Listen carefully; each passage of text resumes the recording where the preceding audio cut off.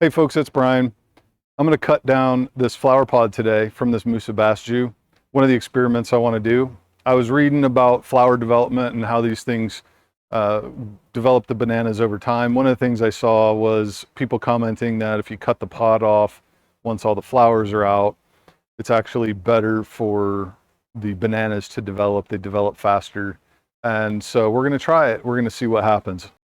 So I'm going to cut it and let it drop because there are a number of bald-faced hornets that are flying around these pods. They actually sting and bite. So we're going to cut it and let it fall.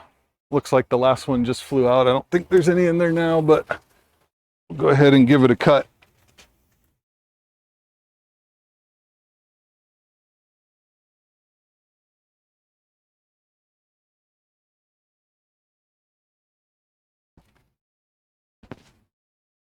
All right, so there we go. You can see it's actually full of nectar still.